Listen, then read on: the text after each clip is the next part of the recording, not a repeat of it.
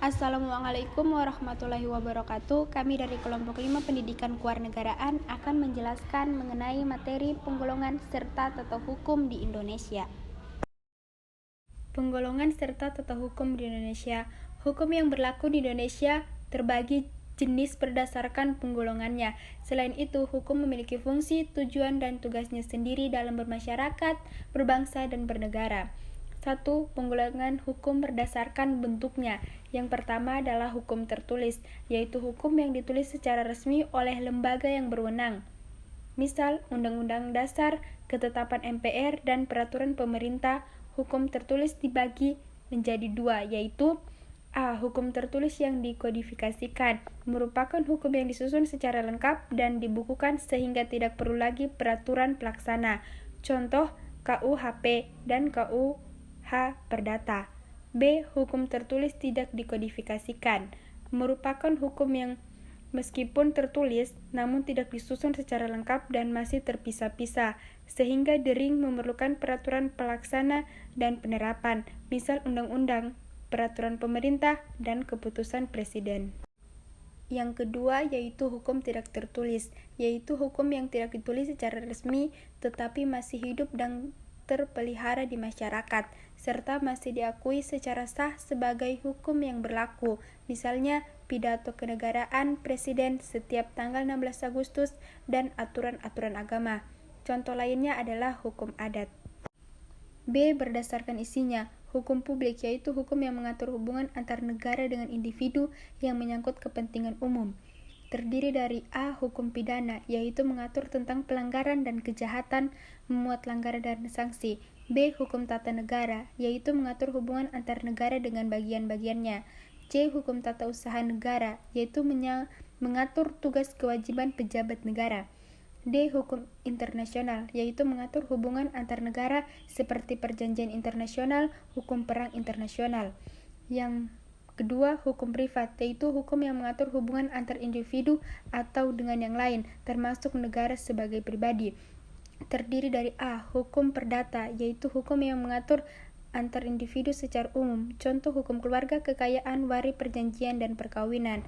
B. Hukum perniagaan, yaitu hukum yang mengatur hubungan antar individu dalam perdagangan, contoh hukum tentang jual beli, utang, piutang, pendirian perusahaan, dagang, dan lain-lain. C. Berdasarkan wilayah atau ruang lingkup berlakunya. Yang pertama, hukum lokal, yaitu hukum yang hanya berlaku di daerah tertentu, misalnya hukum adat Jawa, adat Batak, dan lain-lain. Yang kedua, hukum nasional, yaitu hukum yang berlaku dalam wilayah suatu negara tertentu. Dan yang ketiga, hukum internasional, hukum yang mengatur hubungan hukum antar negara dalam dunia internasional dan terdapat perjanjian internasional atau traktat. Berdasarkan wujudnya, hukum objektif, yaitu hukum yang mengatur hubungan antar dua orang atau lebih yang berlaku umum. Hukum subjektif, yaitu hukum yang timbul dari hukum objektif dan berlaku terhadap seseorang atau lebih. Hukum ini sering disebut hak. Berdasarkan sumbernya, hukum undang-undang yaitu hukum yang tercantum dalam peraturan perundang-undangan. 2. Hukum kebiasaan, yaitu hukum yang terletak dalam aturan-aturan kebiasaan. Yang ketiga, hukum jurisprudensi, yaitu hukum yang terbentuk karena keputusan hakim. Yang keempat, hukum traktat, yaitu hukum yang ditetapkan oleh negara-negara di dalam suatu perjanjian antar negara. Ketiga, doktrin, merupakan pendapat para ahli terkemuka yang dijadikan dasar atau asas-asas jika digunakan dalam hukum dan penerapannya. Berdasarkan waktu berlakunya. 1. Ius constitutionum, hukum positif, yaitu hukum yang berlaku sekarang bagi suatu masyarakat tertentu dalam suatu daerah tertentu, misal Undang-Undang Dasar Republik Indonesia 1945, Undang-Undang Republik Indonesia Nomor 12 Tahun 2006 tentang Kewarganegaraan Republik Indonesia. 2. Ius constituendum, hukum negatif, yaitu hukum yang diharapkan berlaku pada waktu yang akan datang, misal RUU.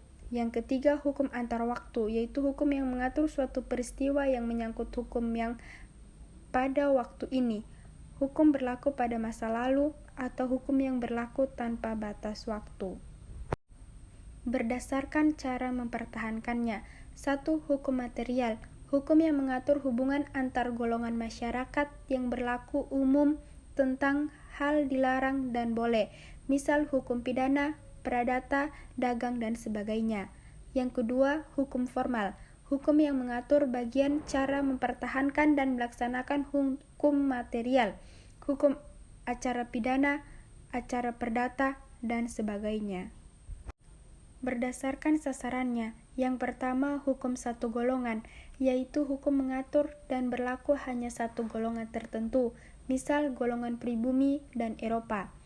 Yang kedua hukum semua golongan, hukum mengatur berlaku untuk semua golongan dan semua warga negara, misal hukum nasional Indonesia. Yang ketiga, hukum antar golongan, hukum mengatur dan berlaku bagi dua orang atau lebih yang masing-masing pihak tunduk pada hukum yang berbeda, misal hukum pidana dan hukum acara. Berdasarkan kekuatan, berlaku atau sifatnya. Hukum yang memaksa, hukum yang dalam keadaan bagaimanapun juga harus mempunyai paksaan mutlak.